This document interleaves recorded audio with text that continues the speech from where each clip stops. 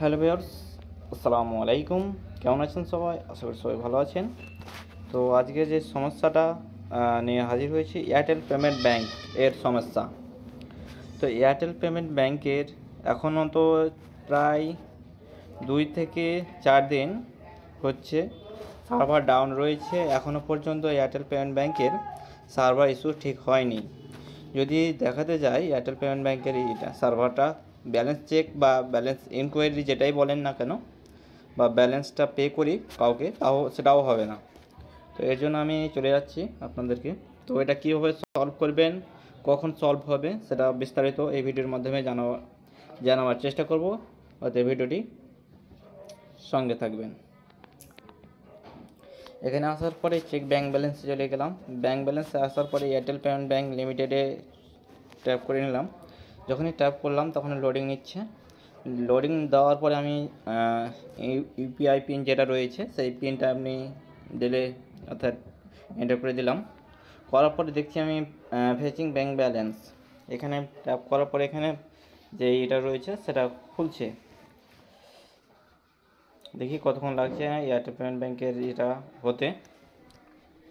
তো এর বিস্তারিত সার্ভার ডাউন কিসের জন্য সমস্ত এখানে জানানো হবে। তো ভিডিওটার সঙ্গে থাকুন।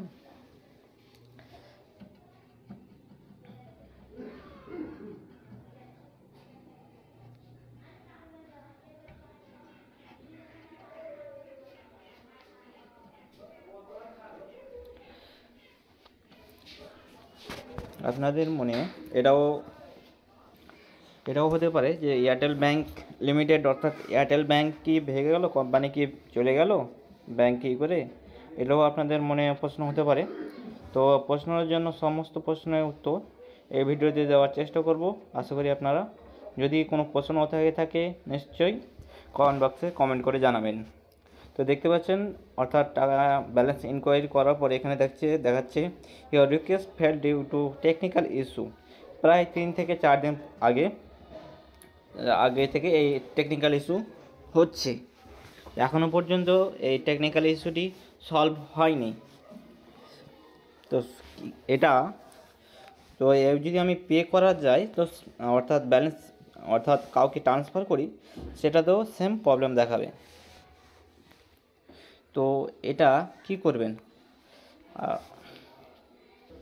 তো যে প্রশ্নটা করে জিজ্ঞাসা হতে পারে আপনাদের মনে, যে এয়ারটেল পেমেন্ট ব্যাংকের বিসি বা ভেঙে গেল নাকি এয়ারটেল কোম্পানিরই, অর্থাৎ সেরকমটা কোনো মতেই হচ্ছে না। এয়ারটেল পেমেন্ট ব্যাংকে যতগুলো কাস্টমার রয়েছে, অনেকগুলো কাস্টমার রয়েছে, অনেকগুলো রয়েছে, সেটা ভাগবে না এয়ারটেল করে, সেটা কোনো টেনশন করার কোনো কারণ নেই।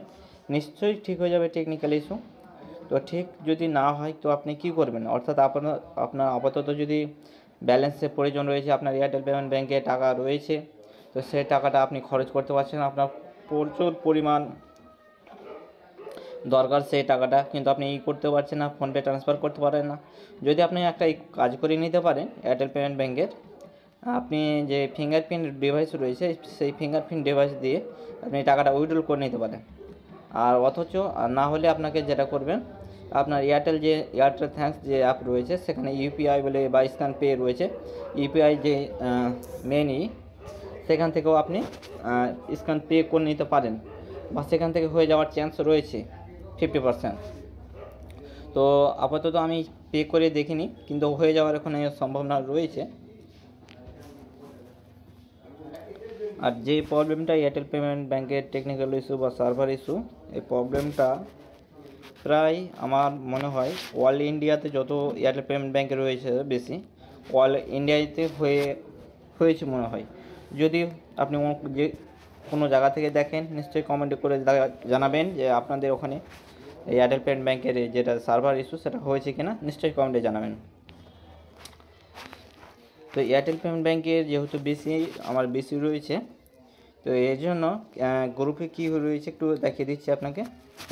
গ্রুপটা ওপেন করে, এটা হচ্ছে এয়ারটেল পেমেন্ট ব্যাংকের বেসিক গ্রুপ। এখান থেকে আপনি যদি করে নিতে চান,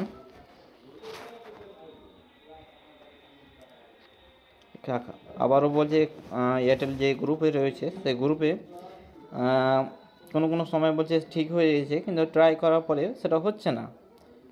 তো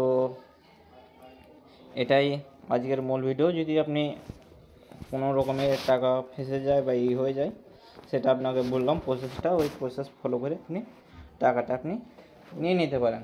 আর কোনো ভাববার বিষয় নয় যে এয়ারটেল পেমেন্ট ব্যাঙ্ক পালিয়ে যাবে বা চলে যাবে, ছেড়ে চলে যাবে, সেটা কোনো রকমই হবে না। যদি ছেড়ে চলে যায় তাহলে আপনাকে আগে থেকে জানানো হবে। আপনি যদি এয়ারটেল পেমেন্ট ব্যাঙ্কের ও এরকম সমস্যার সমাধান হয়ে থাকে তো নিশ্চয়ই ভিডিওতে একটি লাইক করে চ্যানেলটির পাশে থাকবেন। আজকের ভিডিওটি এই পর্যন্তই।